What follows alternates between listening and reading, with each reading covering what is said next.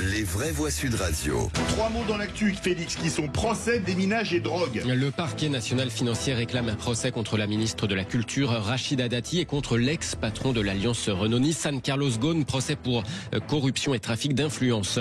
Le « je vous ai compris » de Michel Barnier au président de département qui dénonçait des baisses de budget impossibles à assumer. Le Premier ministre à Angers en opération déminage. Et puis le député LFI Andy Kerbrat a-t-il utilisé son compte d'avance de frais de mandat pour financer sa consommation de drogue? Une enquête de Mediapart laisse penser que de grosses coupures sont parties en fumée, en poudre ou en tout cas en tout ce que vous voulez de pas trop légal. Les vraies voix Sud Radio. Un nouveau front judiciaire s'ouvre pour un membre du gouvernement. Chacun sait que j'aime me battre. N'ayez pas peur. Et elle en aura sans doute besoin, Rachida Dati, de la combativité qu'elle évoquait ici en arrivant au ministère de la Culture. Le parquet national financier requiert un procès correctionnel pour elle et pour Carlos Ghosn, procès pour corruption et trafic d'influence contre la ministre de la Culture et l'ancien patron du groupe Renault-Nissan. Rachida Dati soupçonnée d'avoir perçu 900 000 euros de la part de RNBV, une filiale de l'alliance Renault-Nissan. 900 000 euros sans contrepartie d'un travail réel entre 2010 et 2012, à l'époque où elle était avocate et députée européenne. Alors la question lors de ce procès, ce sera cette somme peut-elle avoir servi à masquer une activité de lobbying au Parlement européen? En tout cas, dans ce dossier, Carlos Ghosn est lui déjà visé depuis 1 an et demi par un mandat d'arrêt international. Tous deux contestent en tout cas les accusations. Gros coup dur pour le gouvernement parce que là, demande de procès.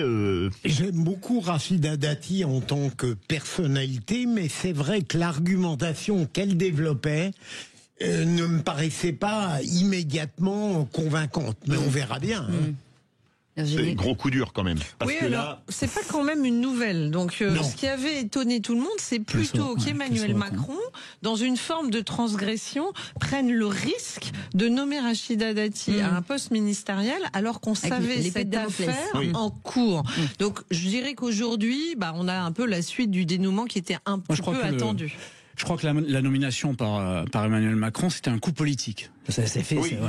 Mais par contre, ce qui m'étonne, c'est qu'elle était maintenue après par Barnier, qui pourtant lui représente. Moi, j'aime beaucoup Barnier en fait. Et il représente l'intégrité, l'homme politique intègre, l'ancien, etc.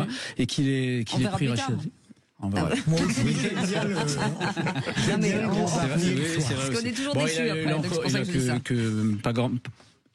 Quelques temps à faire, pas énormément. Ah oui, donc on verra. Il faut qu'il se dépêche. Allez, deuxième mot, déminage. Michel Barnier est venu tempérer les inquiétudes des présidents de département. Va-t-on devoir tailler dans le RSA ou bien dans l'aide sociale à l'enfance? C'était un peu la question en forme de signal d'alarme des présidents de conseils départementaux depuis les annonces de baisse de budget. Face à la fronde, le Premier ministre s'est donc rendu en opération déminage tout à l'heure. Je vous ai compris. Voilà, c'était presque ça. Faut juste remplacer Alger par Angers, dans le Maine-et-Loire, et donc le général de Gaulle par Michel Barnier. Je suis là pour vous dire, en tenant compte de votre situation très spécifique et qui n'a peut-être pas été bien vue dans les premiers scénarios budgétaires, que nous allons réduire très significativement l'effort qui vous est demandé par le projet de loi de finances. Et je pense qu'il est nécessaire en ce moment de parler de la manière dont on pourrait assurer l'avenir des départements, parce que moi je crois aux départements.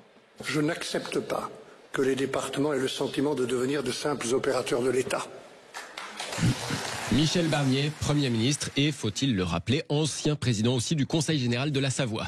On a l'impression que ce budget, c'est vraiment infaisable. C'est aller grimper l'Everest en basket, non, Virginie Calmels? Moi, j'avais préconisé une suppression d'aide directe aux entreprises de 40 milliards en affectant 20 milliards à la réduction du déficit public et 20 milliards à la baisse des charges, ce qui aurait augmenté le salaire net de tous les salariés de France et de Navarre. Force est de constater qu'ils ont fait le contraire, c'est-à-dire du saupoudrage tous azimuts pour finalement faire machine arrière. Et moi, je suis un peu choquée, même si j'apprécie Michel Barnier. Franchement, dès qu'on est devant les départements, on dit finalement, on fait pas les baisses. Moi, j'aime bien cette méthode. Cette méthode de dire qu'on va faire des économies et de pas les faire. Ça veut dire. Mais le FMI, lui, les fera. Il apporte de l'apaisement, il apporte de la tranquillité, il n'est pas buté, il n'est pas entêté. Et il revient sur un certain moment. Il va falloir en faire des économies. Il va falloir trouver l'argent. Il faut trouver la thune à un certain moment. 60 milliards, c'est clair. Donc si à chaque fois on recule, où est-ce qu'on va la trouver? Où est-ce qu'on va le trouver cet argent? Ça devient. Et pardon, mais les collectivités, on le sait, il y a un millefeuille territorial. On sait qu'il y a quand même beaucoup d'argent dans les collectivités. Donc moi, pardon, mais ça me choque un petit peu. J'ai rien contre les départements, mais devant les départements dire oui, je veux le département. On sait qu'il y a un échelon de trop dans notre pays. La réforme de François Hollande avec les grandes régions a été une anomalie et on aurait dû fusionner. C'était dans le programme de Nicolas Sarkozy, d'avoir un conseiller. Arrêtez d'enfoncer le Sarkozy dans la plaie.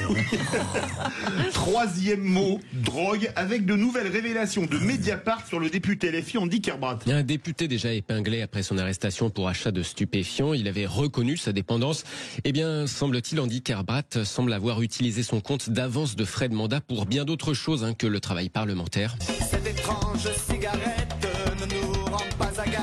Des retraits de grosses coupures sur ce compte à des heures tardives. 13 000 € de retrait nocturne comme ça. Un compte bancaire qui a fini dans le rouge au point que le député aurait fini par devoir le renflouer à hauteur de 25 000 €, nous dit Mediapart.